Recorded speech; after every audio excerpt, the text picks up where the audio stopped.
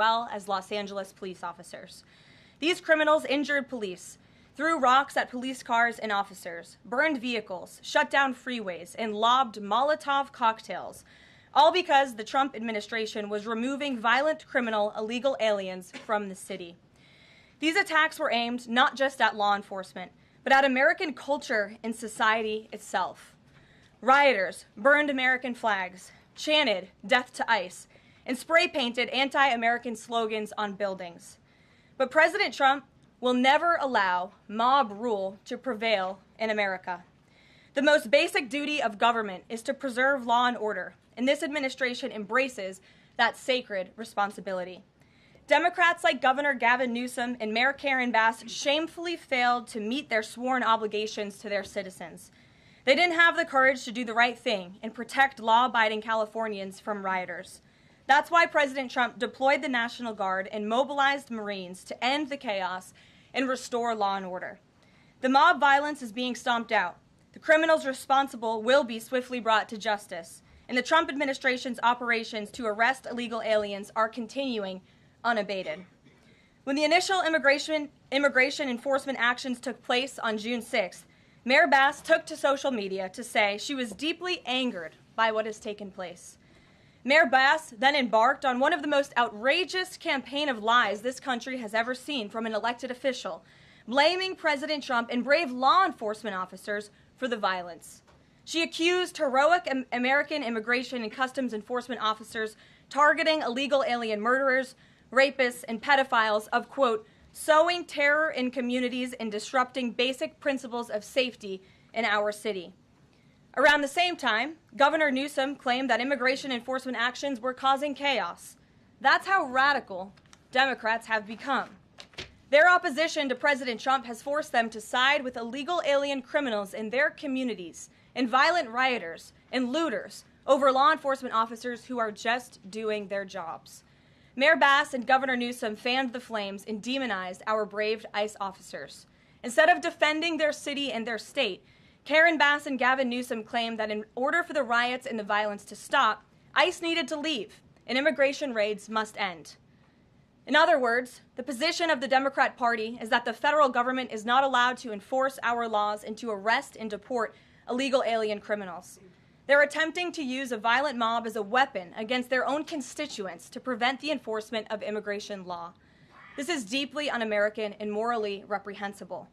President Trump received a clear mandate from voters to reverse the illegal invasion ushered in by Joe Biden's open border and to end the lawlessness represented by Karen Bass and Gavin Newsom's California. President Trump promised to carry out the largest mass deportation campaign in American history, and left-wing riots will not deter him in that effort. Sanctuary cities and states will no longer be allowed to shield illegal criminals from deportation. Just take a look at some of the illegal monsters who were taken off the streets in Los Angeles in recent days. A Vietnamese national, a known gang member with a conviction for second-degree murder. A Mexican national with convictions for child molestation who was armed with a dangerous weapon and had previous arrests for robbery and domestic violence. A Filipino national with convictions of rape, assault, burglary, and theft. A Mexican national convicted of statutory rape, narcotics violations, and hit and run. A Nicaraguan national with convictions for domestic violence and hit and run, and a previous arrest for willful cruelty to a child. And an illegal alien from Mexico who was arrested after allegedly throwing a Molotov cocktail at law enforcement officers during the Paramount riots on Saturday. He is now being charged with attempted murder. Law-abiding American citizens do not want these public safety threats living in their communities, no matter what Democrats like Karen Bass and Gavin Newsom may claim. And let this be an unequivocal message to left-wing radicals in other parts of the country who are thinking about copycatting the violence in an effort to stop this administration's mass deportation efforts. You will not succeed. Any lawlessness will only strengthen this president's resolve to defend the majority of Americans who want to live their lives peacefully, free from the fear of violent criminal illegal aliens. As President Trump said, order will be maintained and illegal aliens will be expelled from our country. In economic news, the latest consumer price index inflation report came in today below expectations again. Since President Trump took office, inflation has come in below economics expectations every single month. Core inflation held steady and remains at the lowest level since March of 2021. Wage growth remains strong. The average private sector worker is on track to see their real earnings increase by around $1,200 adjusted for inflation. And prices continue to fall for everyday Americans. Energy prices fell from April to May. Gasoline has fallen each month since President Trump took office, down 12% over the past year. And prices for meat, poultry, eggs, and fish are all down from April to May as well. Under President Trump's strong leadership, America is beating Joe Biden's record-high inflation crisis.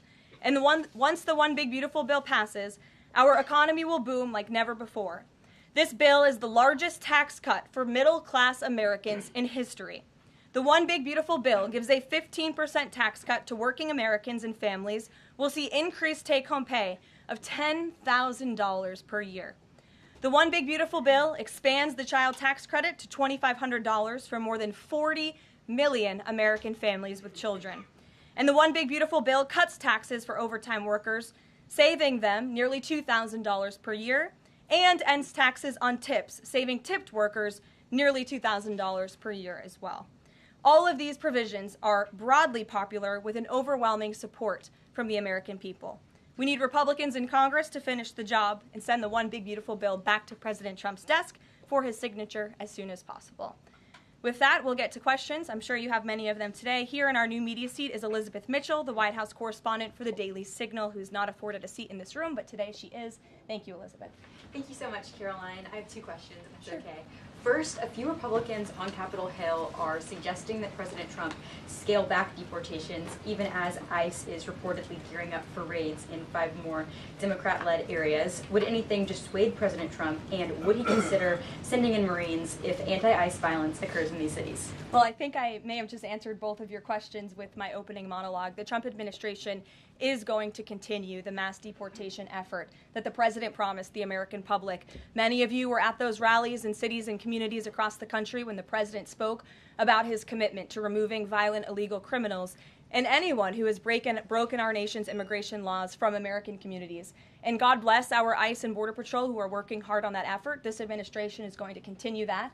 And it's part of the reason we do need the One Big Beautiful Bill to pass as well, may I add, because the bill provides funding to hire more ICE agents and Border Patrol agents, more personnel on the ground to conduct this important public safety work.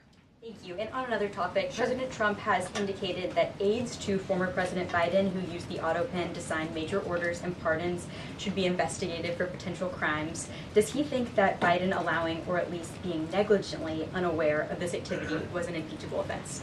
I haven't heard the president address whether it's an impeachable offense, but it could perhaps be a criminal offense, especially on behalf of staffers who may have been utilizing the president's signature without his authority or consent. I understand that Republicans on the Hill are moving in the right direction to call attention to this and to bring in some former White House staffers who clearly knew more than they ever shared and never addressed with the American public. And so we look forward to seeing where this investigation continues, and I know the Department of Justice is also looking into the matter as well.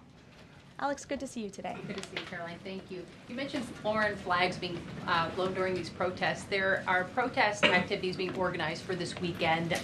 Part of it are Democrats saying they want to reclaim the American flag. It's also being titled No King's Day.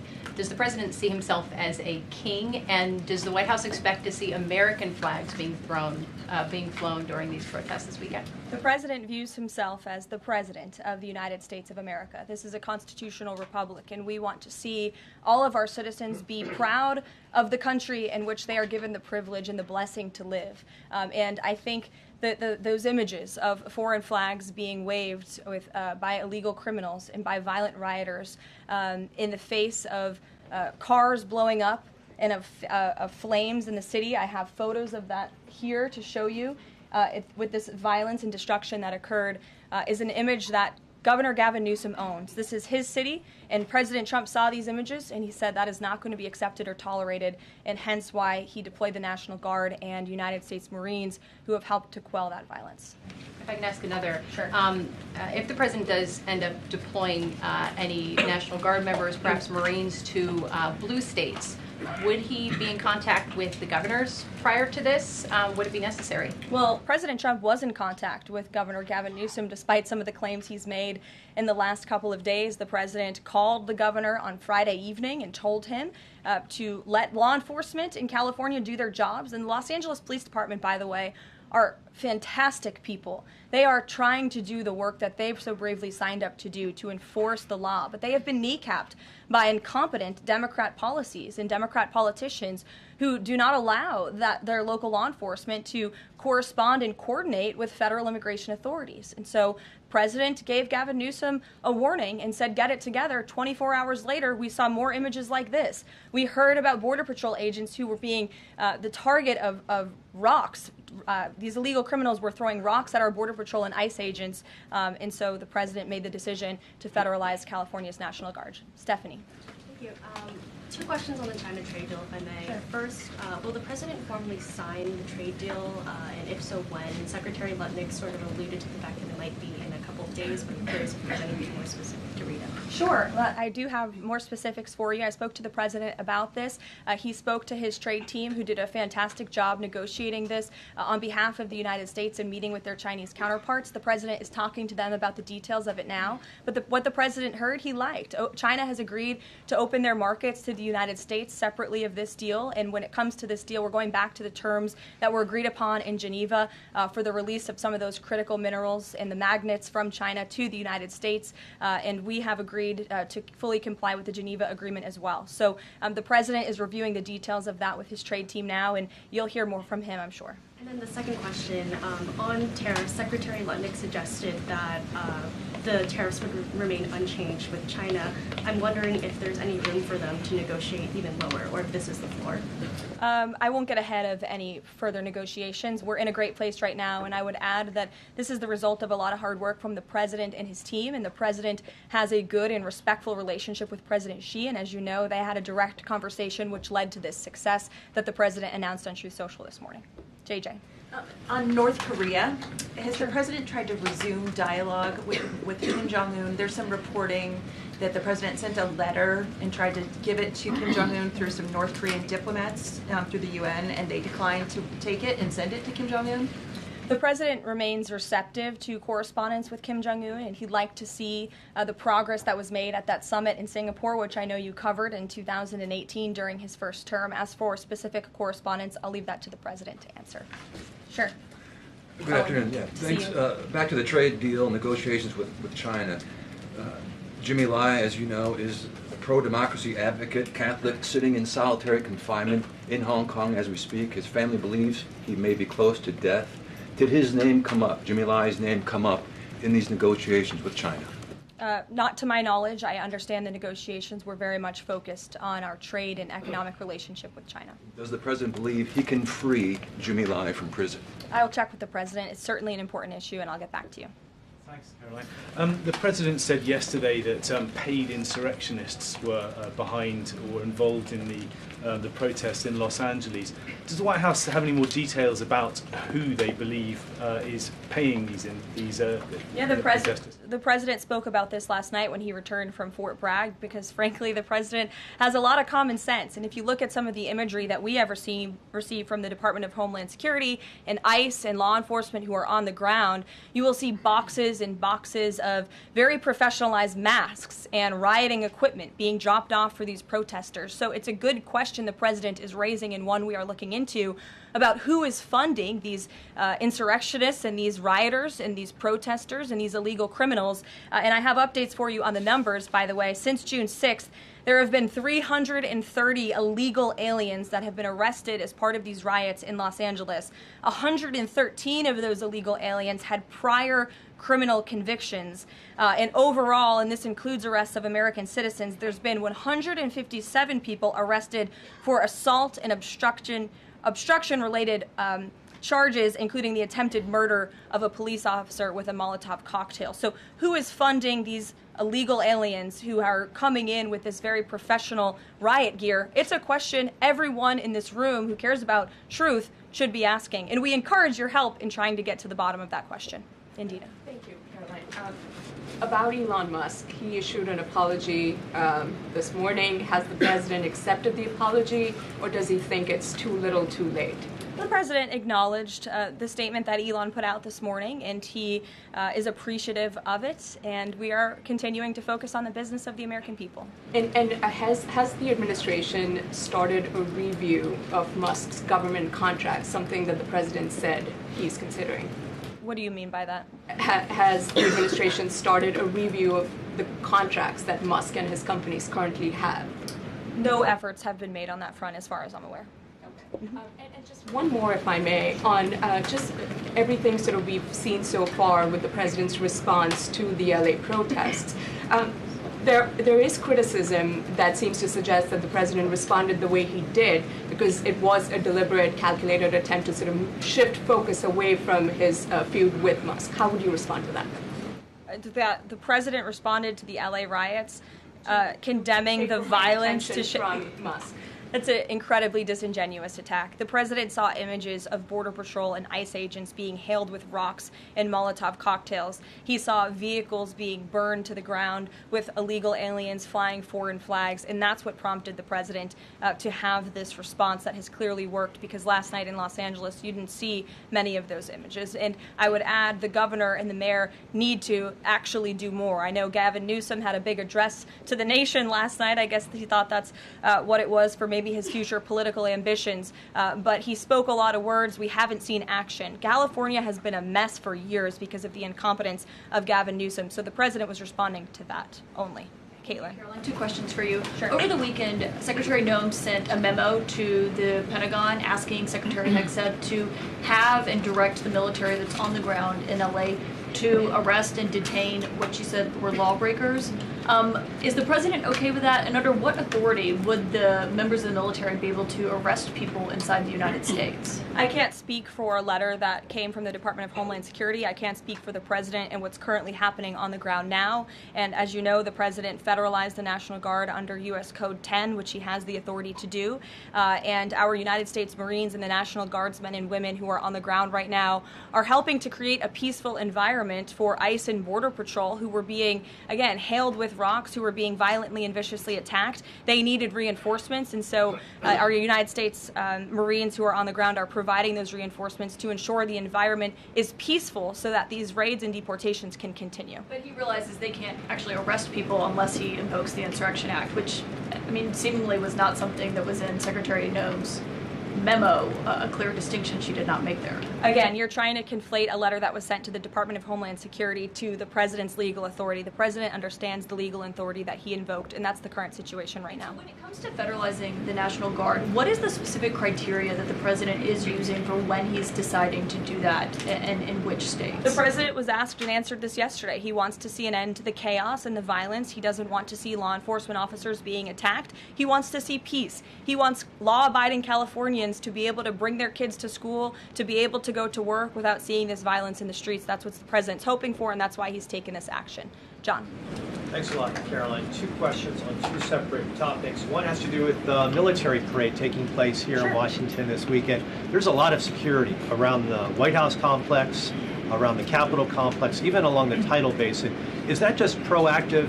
Are you expecting anything in particular in terms of unrest like we've seen in Los Angeles? These are proactive security measures to protect those marching in the parade, many of whom will be veterans and our brave men and women in uniform and Gold Star families. There's going to be military families from around the country who are flying into this parade. And of course, it's to protect the spectators who will be enjoying this incredibly patriotic show on Saturday, and I hope you all join us there. And then secondly, Secretary Pete Hegseth testified on the Senate side of the Capitol today, and he was asked about America's the administration's view of Vladimir Putin's intentions, and specifically it was asked whether or not his intentions go beyond, his territorial ambitions go beyond Ukraine. When that question was posed to the chairman of the Joint Chiefs of Staff, General Kane replied that he does believe that his territorial ambitions go beyond Ukraine, but Secretary Hegseth says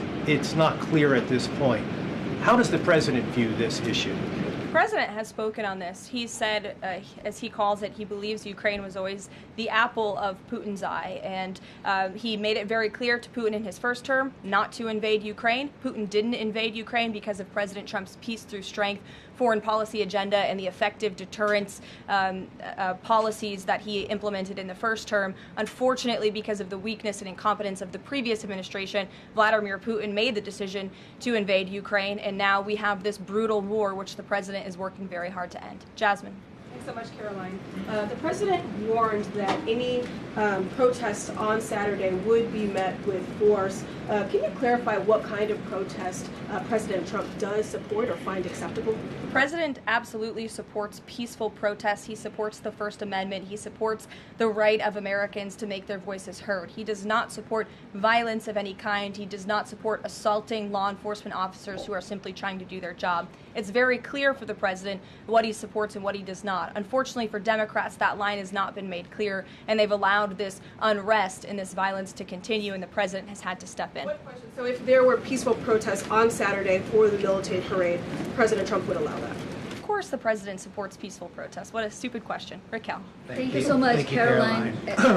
Raquel, and then I can go to you, Francis. Go. Thank you so much, Caroline. I have two questions. One about Israel. Yesterday, the U.S. ambassador to Israel said the U.S. no longer is pursuing the goal of an independent Palestinian state. Can you confirm that the president is no longer supporting a two-state solution? And is President Trump considering diplomatic action against countries who takes action against Israel during next week's UN conference? Right now, the president views the situation in Israel and Gaza as deeply unfortunate and needing to end. And the president is realistic about the current state of affairs in this region of the world. And that's why the president has said the number one focus and priority of the administration is to release all of the hostages from Gaza and to end this conflict as soon as possible. The administration is still pushing very hard for the release of all the hostages. And as for what happens next, clearly Gaza is an uninhabitable place. It needs to be rebuilt with the help of our Arab partners, and the president wants to see that happen as well. Take a couple more. One on the G7 engagement. President Trump is traveling there on Sunday. Other presidents beyond the G7 leaders are also going. President Lula from Brazil, President Sheinbaum from Mexico, and President Zelensky from Ukraine are also going. Do you have confirmation if President Trump is meeting any other leaders on the sideline of the G7? Yes. To know about the Lula engagement. I can confirm there will be quite a few bilateral meetings between the president and other foreign leaders. The White House is still working very hard to finalize that schedule, and we will provide that for you as soon as we have it. Great. Thanks, Caroline. Just back to the China trade deal, can you talk about the status of the export controls that the U.S. imposed? Are those no longer being imposed? We are fully complying with the Geneva Agreement. Go ahead. Sure. Thanks, Caroline. One foreign question for you and one domestic. The foreign, the president, of course, has said he would lift sanctions on Syria. Is there an executive order coming along soon to go do that? And is the president planning to try to get involved in any kind of a peace agreement between Israel and Syria that would disengage those two? To the best of my knowledge, the Treasury Department took action after the president made that announcement in Saudi Arabia. Okay. And then on the domestic side, you were just asked about the First Amendment rights issues. In the president's comments yesterday, though, he just said protesters would be strongly dealt with. In your list before, you referred to insurrectionists, rioters, and protesters together. Obviously, they're quite different from your earlier answer. I'm struck by the fact that the president has not at any point said the most important thing here is to protect the First Amendment rights of peaceful protesters. So I'm wondering, where in his hierarchy of interests does he place that? Is the First Amendment protection the most important? Is stopping violence most important? Why is he not out saying all peaceful protesters will be protected? I think two things can be important at the same time. And the president, as I just answered, supports the right of Americans to peacefully protest. He supports the First Amendment. But that is not the majority of the behavior that we have seen taking place in Los Angeles. We have seen mobs of violent rioters and agitators assaulting law enforcement officers, assaulting our federal immigration authorities. And we have seen, as I said, this goes back to what this administration is trying to do and accomplish, and that's enforcing law and order in our nation's communities. And it's removing public safety threats from communities in Los Angeles. You're saying the majority have not been peaceful, the majority have been violent. I just read for you the arrest numbers. We've arrested nearly 400 illegal aliens alone, just illegal aliens who have been arrested in these riots since June 6th, since they began. Thousands of people on the streets. Yeah, and we've had hundreds of people who have assaulted law enforcement officers. Are you saying that that's that's appropriate behavior? No, Are you no, saying I'm not that saying the that at all. president I'm shouldn't just take trying action? to figure out. The Democrat governor and the Democrat mayor of Los Angeles have failed their citizens. And the majority of Americans, the majority of Californians, do not want to see law enforcement officers being assaulted in the streets. And thankfully, the president took action and stepped in to protect our federal law enforcement agents, to protect federal buildings, to protect the federal mission of deporting illegal criminals off of our streets. And that mission will continue every day as far as we're concerned. Thank you, guys.